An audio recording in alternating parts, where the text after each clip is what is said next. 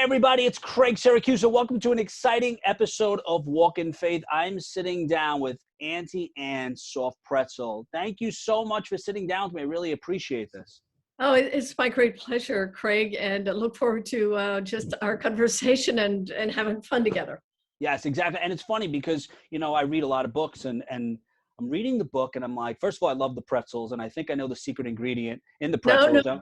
I think I do, but I'm not going to say it. But then as I'm reading it, and I don't believe in any coincidences, and I'm assuming you don't either, Lancaster is one of my favorite places in the world. I always go there. I always tell my wife I want to move there. So I'm reading the book. I'm like, there are instant connection. And I just, like I said, I really want to thank you for just sitting down with me. But your story, like I said off camera, most people don't know the story, the history of Auntie Anne's Pretzels. And I know you've told the story 1,000 times, but if you could tell us a little bit about how that seed was planted when you were living in Lancaster. I think at that time was it the old order Amish, baking cakes 60 at a time, the size of a bowling alley. Can you tell us how the seed was planted where you would go on and open 850 stores in 25 countries? Okay, do you want this to be a 30-minute answer or whatever you want? I mean, everyone is dying to know the truth. I'll try just to kind of give the listeners a kind of an idea where I came from. So I come from the Amish background in Lancaster County, Pennsylvania. At the age of 3, my mom and dad left the old order Amish, which when we say old order, we mean the horse and buggy, no electricity, farming with horses kind of Amish. And so my mom and dad both had large families. And when they got married, my dad wanted to farm with tractors. It didn't matter so much about the electricity, but he wanted to farm with tractors. And so there are 8 of us kids. I'm number 3 of 8. And when I was about 3 years old, mom and dad finally had the courage to leave the old order Amish, and they joined a sect of the Amish people, which is black car Amish, or referred to as Amish Mennonite people, which meant that we looked very Amish. And my dad was able to farm with the tractor, which he was grateful and gleeful about. And we actually had electricity. And so really not a whole lot changed in culturally for us, but in that culture, we were stepping out of the old order Amish, going to the new order or the Amish Mennonite. And my parents were both shunned by their families they had large families, 9 kids and 11 kids, siblings they had.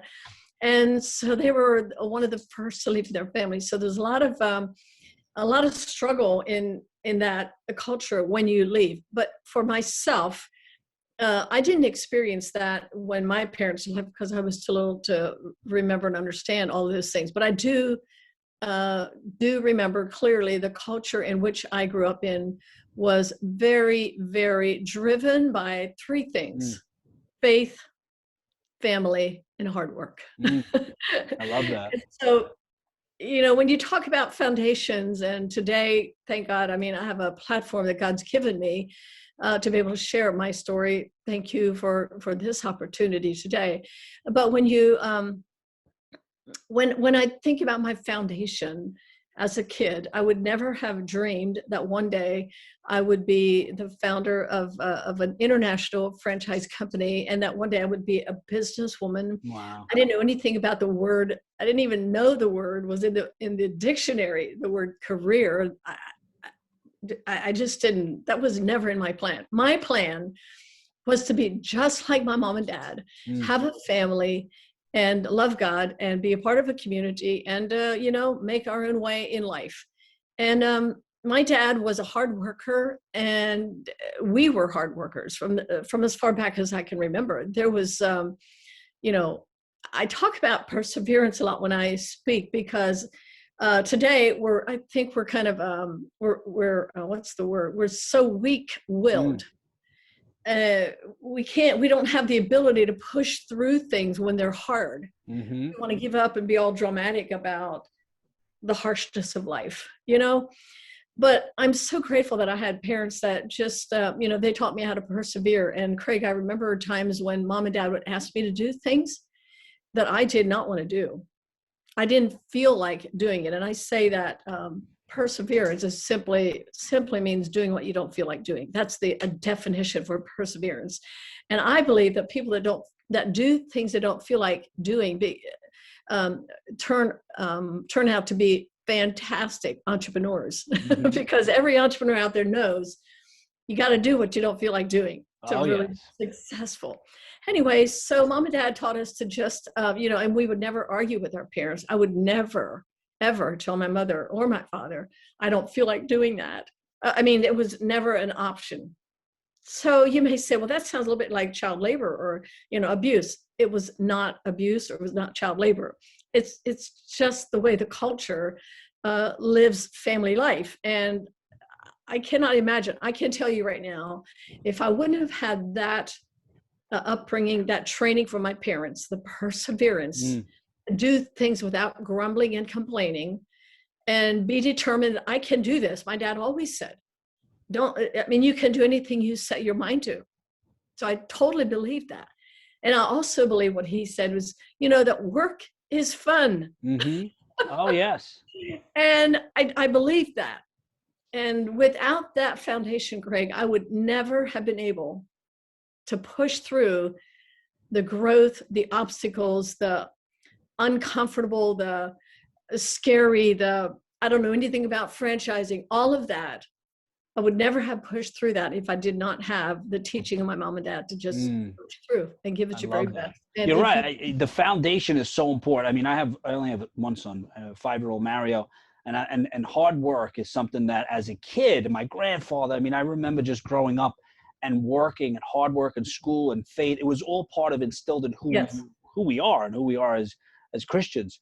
And now I see in culture, it's not as, the foundation is sort of, it's not really built on rock, unfortunately.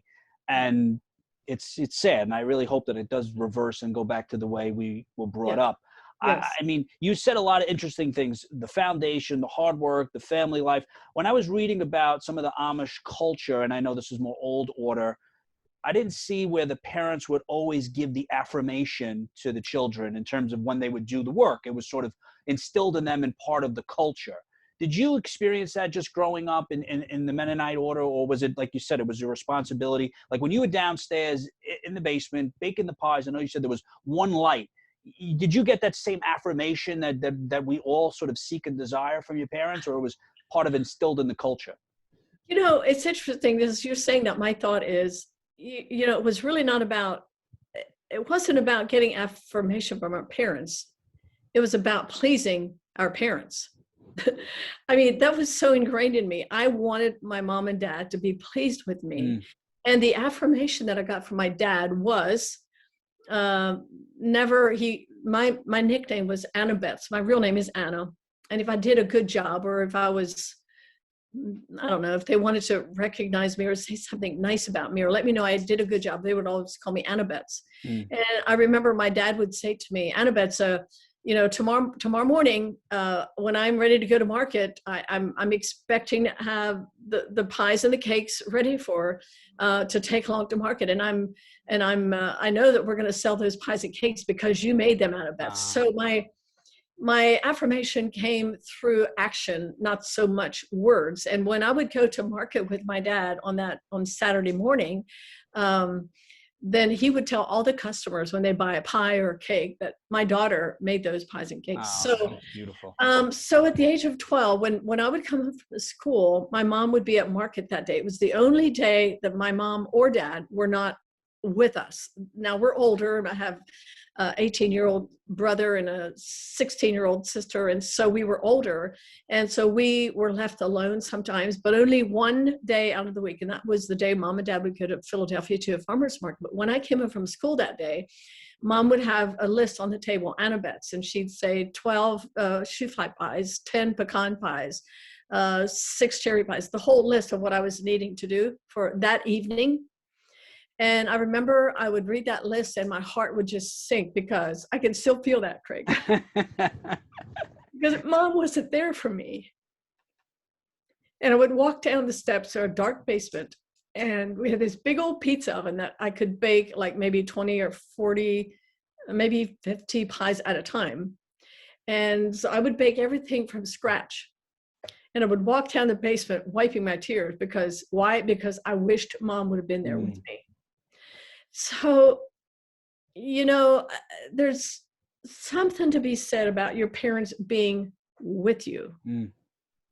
So our culture today is very fragmented. Moms and dads both go to work. And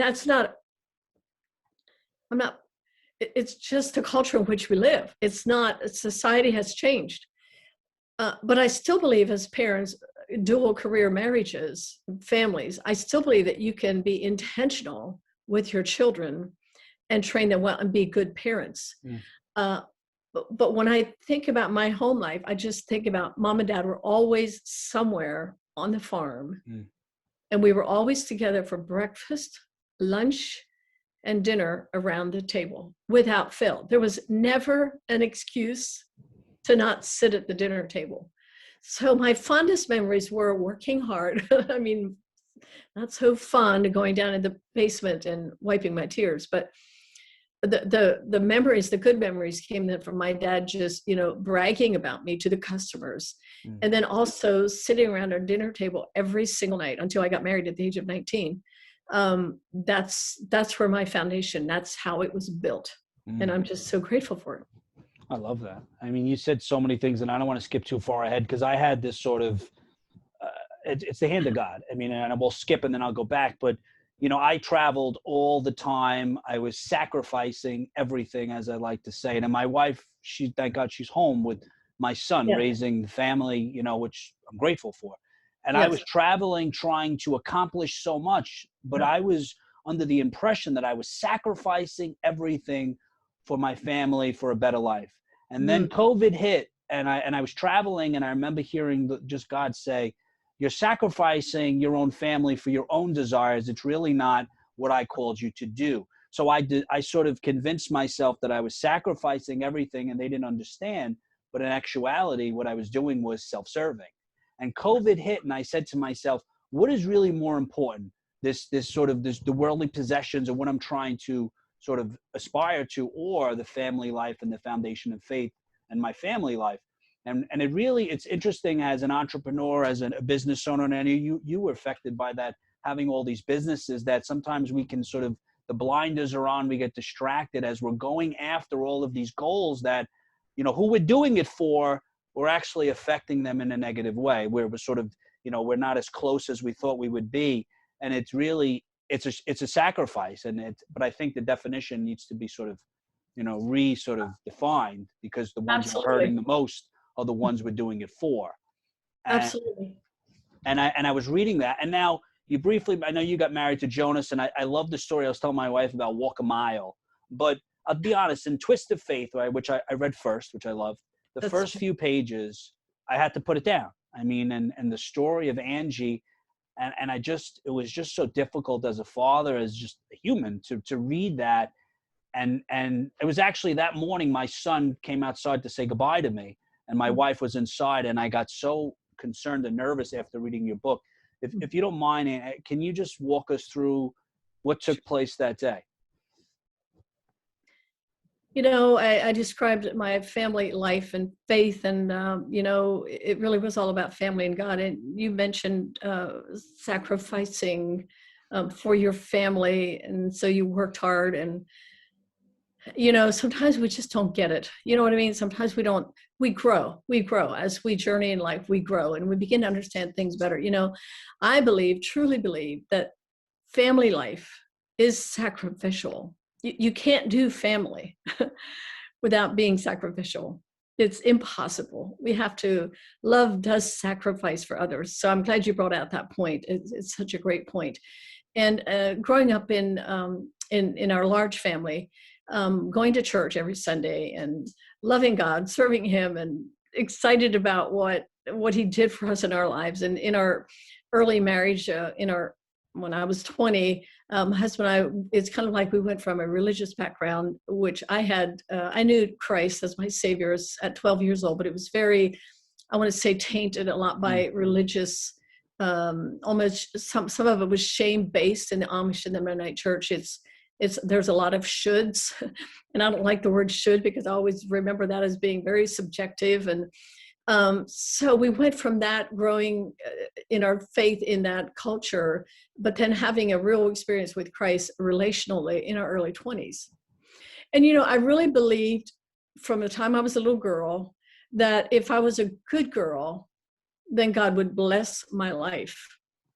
But if I was bad or did bad things, then God would be angry with me. That's not the message of the gospel, and it's bad theology. I know that now. But at the time, I really took that really sound, that belief system into my marriage. And I decided that as a little girl, I'm going to please my parents, I'm going to please God, and I'm going to be a good girl for my whole life. That was my goal. And as we entered into this new relationship with Christ as a young married couple, we had one daughter, and then we had two daughters, and I'm living my dream. I'm still just happy as I always tell Jonas, I was the happiest girl in the whole USA the day I married you.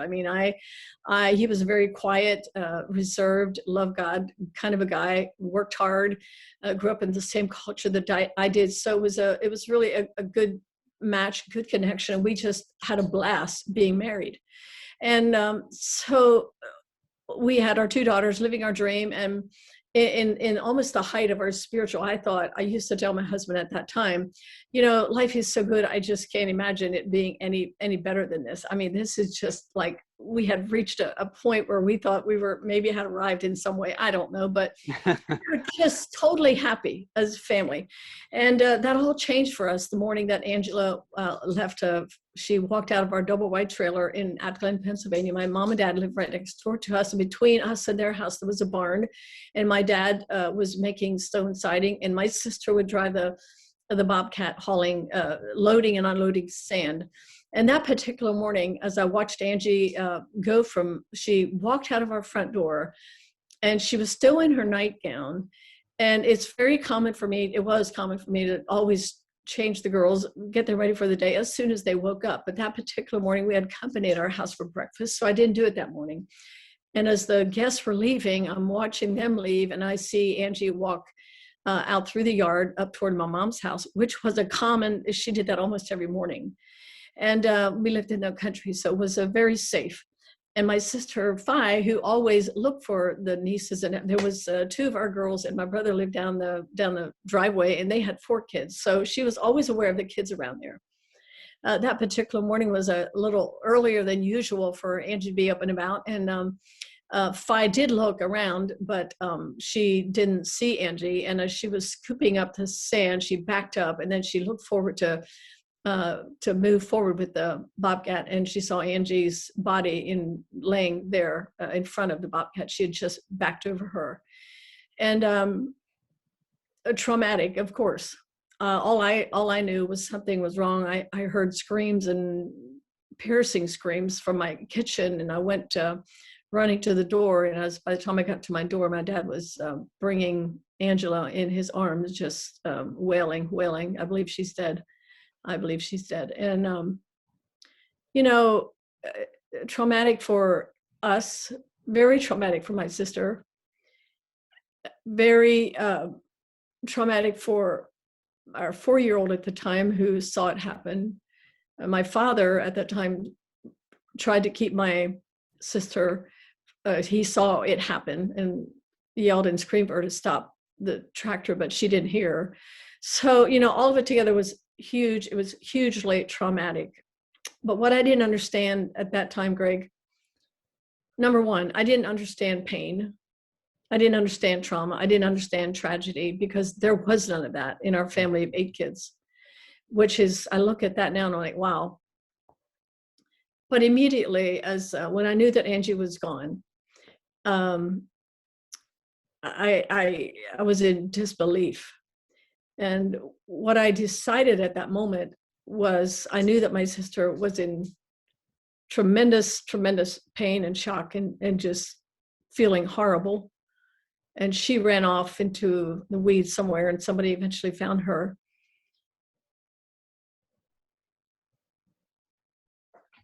But I didn't know what trauma was, and I didn't understand the impact of trauma on on a life, on when something like that happens. I had no way of understanding what that meant for me and for the rest of my life and for my family.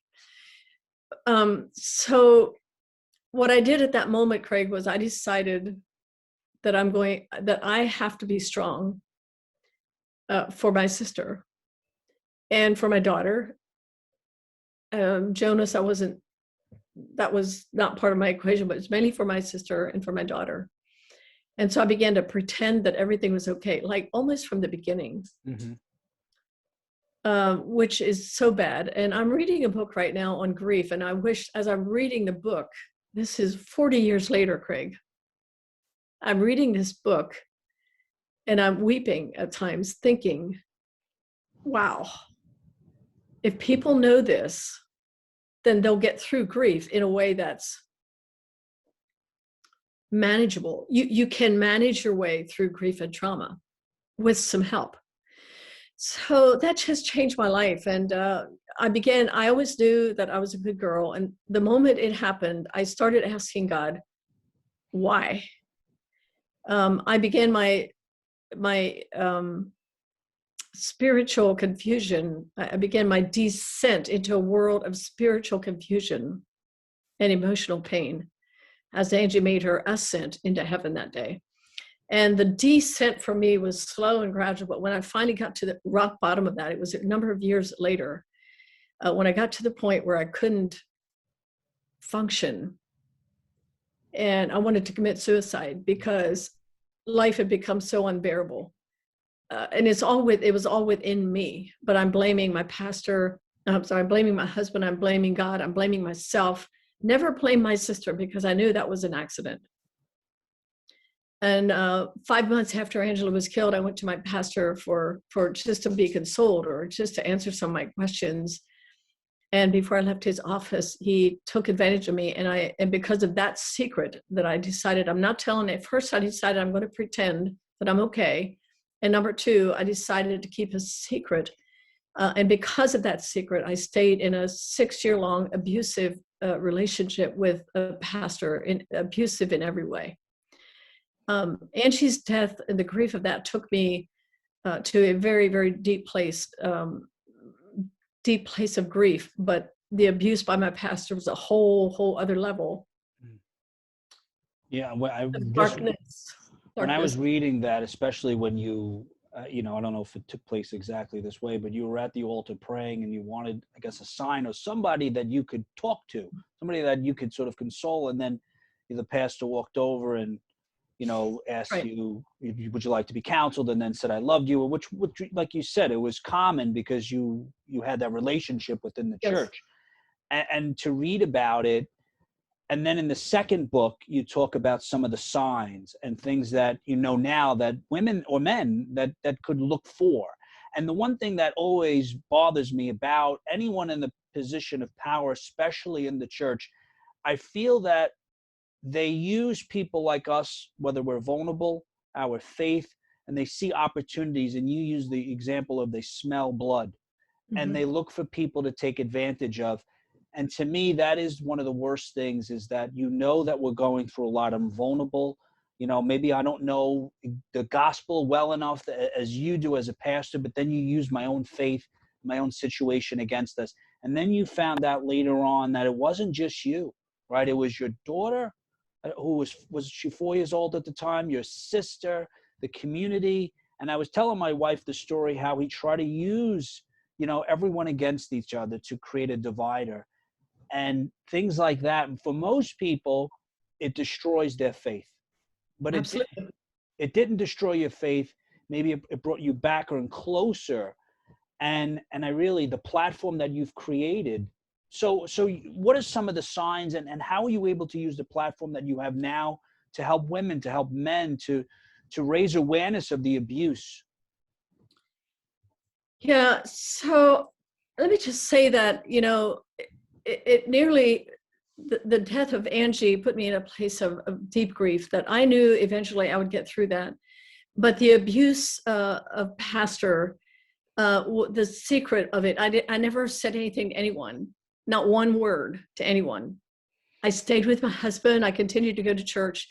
So, all of that never destroyed my faith in God. Even though I question, I'm like, okay, God, why? I don't understand. How did I get to this? How did I get here? How did I get to this terribly dark place? I was living with, with pain, blame, and shame, guilt. Like, I mean, my life was so wrecked and so jacked up that I didn't know anything about this world, and here I find myself in this isolation that was killing me. I mean, I felt like I was choking to death spiritually, but it didn't destroy my faith, but it nearly destroyed me, the person. I weighed 92 pounds for a number of years. I mean, I was so isolated. I didn't want any friends because I didn't want anyone to know about me. And before this, I was actually very outgoing and loved being with people. My husband and I had been youth pastors. So, I mean, that was the opposite from where I had been. So I think that some of the signs, of course, I'm wise now, after experiencing that. And then as years go on and I continue to tell my story, Craig, which is a key, it's very critical that if you've been in a place of, secrets, or you're, trying to keep secrets and you're hiding and you feel isolated, it's critical for you. There is no other way out but to begin to talk about it. Now that sounds like really? Yeah, I mean, because you know what we do when we're in this place? We do drugs, we get addicted to sex, we get addicted to overworking, we do exercise, we eat like crazy, we do all of these things and never talk about what's going on inside of us.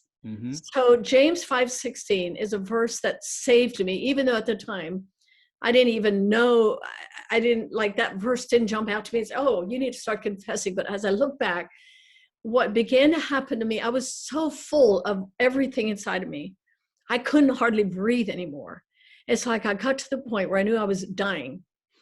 And I decided one day, God said to me, get up off your knees and go tell your husband, because I cried and prayed my way through 7 years of this and never saying anything to anyone. So when I felt like God said to me, get up off your knees and go tell Jonas what's going on in your life.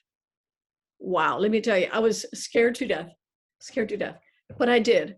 And that's what changed the trajectory of my life. James 5:16 simply said, confess your faults, talk to each other about what's going on in your life, and then you'll be healed. Wow. Anyway, you got to pick the book up. The secret lies within to really understand the impact of what I'm talking about right now. But as a listener, and you're moms and dads, and we all want to protect our kids. There's so much going on in the sex trafficking and the pornography and the immorality of our world today that we really need to know how to protect our families. And for parents with children, the best way to protect your children is to talk to them about to be safe, not allow strangers or anyone to touch them in certain areas of their body. I mean, there's things that you can do to educate your children so that they'll be confident and tell you when there's anything goes wrong. Okay, as a child. As adults, it's so sinister that these perpetrators, they like to bring you into their world. They like to make you believe that you're special, like you're really amazing. They lift you up and they build you up, and they make you feel like you're really special. They're doing all of that to bring you down to their level, to use and to abuse you. And it's so bad that I don't understand the why of it. It's so evil. I still, when I think about all of it, I think, why do people abuse people, and why adults would abuse children? And as you said, our pastor was involved with my 2 sisters and 2 of my very best friends. And also we found out many years later that he was abusing our 3-year-old daughter for the same amount of time that he was abusing me. So I want to say, open up your eyes, wake up and smell the coffee. And when you sense or you feel or you think, even wonder, like, what is that? Exactly. You need to pay attention and find out, what is that? You're right. I mean, completely right. I mean, there's some sort of intuition that goes along. Absolutely. With it.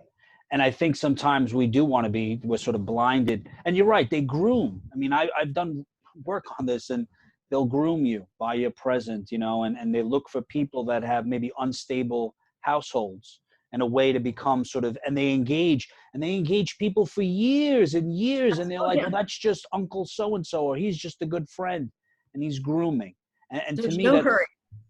yeah, it's something I don't understand it. I could read and research and watch. I'm glad I don't understand it, but it is something we do need to be aware of. And I think, like you said too, a lot of this comes back to the original question about the foundation that we all have within our family, that we do need to be attentive to our children and be there and have that family unit and make it where we're able to communicate and talk and not hide things from our Absolutely. parents, to be involved. And, you know, I never thought I would say the good old days, but I do remember how important eating dinner, even if I didn't enjoy it, being with my parents, being able to talk to my parents, my grandparents, and I don't see that as much as we do now in Lancaster County. Yes, it is still evident, of course, but It is true. And I really appreciate. So just one last question, you know, is there anything you sort of regret in your life? And I know you still have a lot more to go and a lot more businesses and things, and anything you could tell some of the listeners, or something you regret and something you're so proud of that isn't in these two books and in the third book. Well, so The Twist of Faith tells my life story, which is a timeless book. The Secret Lies Within really talks about how to be aware of these predators, and also to understand the power of your voice, and help people understand that we have a voice, no matter how, you know, we've been silenced if we've been abused, we have been silenced. So to teach people, to show people how to actually walk through abuse and how to get to the other side of it. And then the last book that I wrote, just came out 2 weeks ago, is about Overcome and Lead. And so you're asking whether or not I have regrets that have not been in, that I didn't write about. Well, probably, I'd have to think about that. I've written all of it in the books, and because my life is truly an open book. And I would say in my personal life, one regret that I have is the fact that when the perpetrator got to me, if I would have known then what I know now, and that is just simply, if I would have gone home and told Jonas, I cannot believe what just happened to me, it would have stopped right then. And that's one regret that I have. And I've always said that secrets have long-lasting negative impacts on your life. And they can actually kill you over time, physically. And for sure, emotionally and spiritually, but physically as well. But when you begin to be open and honest, and you begin to confess, the confession led to it changed the trajectory of my life. And when you open up your life, the impact of that is just being open, real, and honest is like, it never ends. The impact of being open and honest in your life, there's really no end to that. And where I live right now is, my secrets nearly killed me, but my freedom in being able to talk about what's happened in me and through me and against me, and then all the pain that I caused in my family. I mean, it all happened because of a secret. One secret that I kept, which led into a lifestyle, and then into a lifelong impact of regrets, right? But when I was able to tell my husband, that confession led to a lifelong, the positive impact of that led to redemption. And Auntie Anne's was a part of that story of redemption. Auntie Anne's was not even in my thought process. There was no thought about owning a company ever. I was done living at 36 years old. I thought I was done. But when I opened up and became real and honest, you know that when you are able to talk on that level, when you begin to communicate your true feelings, that is the highest level of communication. When I can tell you, this is what's going on in my life, be real and honest, that is the highest level of communication. Agree. And when I was able to do that to Jonas, it changed the trajectory of our lives. And we began then to put our lives together, our marriage together, our family together. Jonas began to do marriage counseling as he studied and did marriage counseling, because he wanted to help other people. And because he was helping other people do this as a free service, I went to work to sell a soft pretzel. And this soft pretzel went around the world in about 6 years, 5 years later, 6 years later. Amazing. All the way to Indonesia. it's hard to understand or even put that together in a book, but it's because of the power of confession. And if I never would have told Jonas that secret, Auntie Anne's would never have happened. Wow. And you know, like you said too, you said a few things. First of all, Jonah's response to when you told him was amazing, right? But I really think that during the process, it's the enemy that doesn't want us to confess, doesn't want us to come, because he knows exactly what's going to happen. So they fill ourselves with this fear that if you say this, this is what's going to happen. We sort of create what's going to take place. And in the end, none of that takes place. It's all fear. It's just made up. And you said something else, which I'm trying to recall now. But either way, I mean, the point is what you created and that fear. Oh, I'm sorry. This is what it was. When you said earlier about the one thing that you sort of regret, and when I was reading, and I said to myself, I always say I'm going to sleep on it. My mother used to always say that. And what I mean by that is discerning. So in that moment, you had a sign from God. God, please send me a sign. That's right. If you would have discerned that and said, let me think about this. Is this really from God? Is this what God is calling me to do? Would God say this? You would have responded very differently. Absolutely. And of course, we look back and in the moment, you know, you were looking for something. And another thing too, that when you talk about James in that passage, I used to always pray to God, you know, this is what I want to do. And I would try to make deals with him. And one day I was in Israel and I heard him say, I already told you, but I kept praying and kept asking because I wanted it to go my way. Yes. And then when I realized that that's not what God is calling me to do, I felt that inside of me, and then I was able to change paths. But we keep asking and praying for the way we want God to sort of to come into our lives a certain way and for it to play out. And you said too about most people don't want to live beneath the surface and to be honest with ourselves to say, I'm living wrong. I need to make changes. It's easier to live above the surface, to wear a mask, to go through life. Absolutely. It's the things that are in this book and the things you talk about. Listen, I love it. I'm not just saying this because we're mutual friends of Rick, but I'm telling people, purchase the pretzel. I'm going to figure out what it is. I know it's not just butter. I know there's a secret. And I know even John Maxwell said you're not willing to tell anyone the secret ingredient. I'm thinking it's cayenne pepper, but I don't think it's cayenne pepper. It's love. It's love. There you go. All right, I'll keep bothering you. I wasn't going to tell you that, but there you go. It just slipped out. Oh, love. Okay, let me write that down. I'm going to sell that to Starbucks.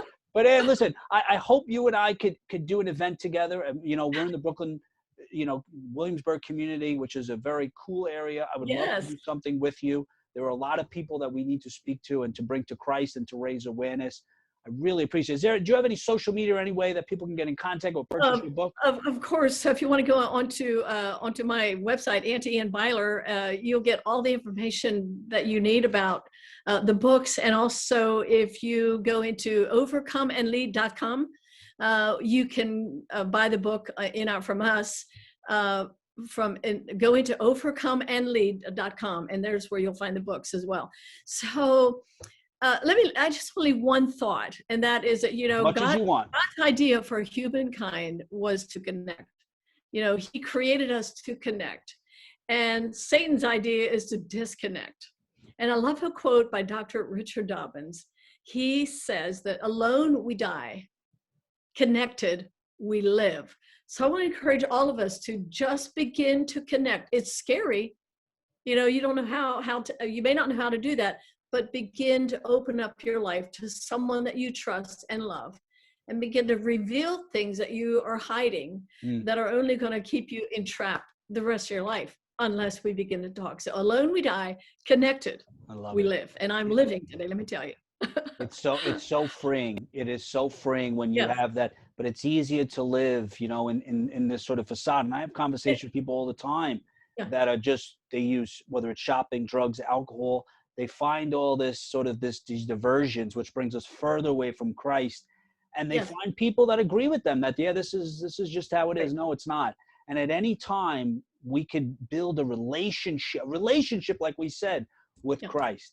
Any day, anytime, he'll meet you where you are. And I think, honestly, none of this was possible without the hand of God, without a relationship with Christ. Oh, absolutely. You see it throughout every page, how God was evident. And it's not until you look back and you see the story, how 90% of the people would have just folded, but you kept persevering and moving forward. And your story should be, and I hope to be involved in a movie, I think you said, because it is a story that needs to be told. Thank you so much, Craig. I mean, Thank you. just loved our time together. And yeah, just encourage the people to pick up the books. If you want to know more about my story, it's all right there. Thank you. And thank you so much, guys. I hope you enjoyed today's episode. Always remember, you have the ability to inspire and evangelize through your words and actions.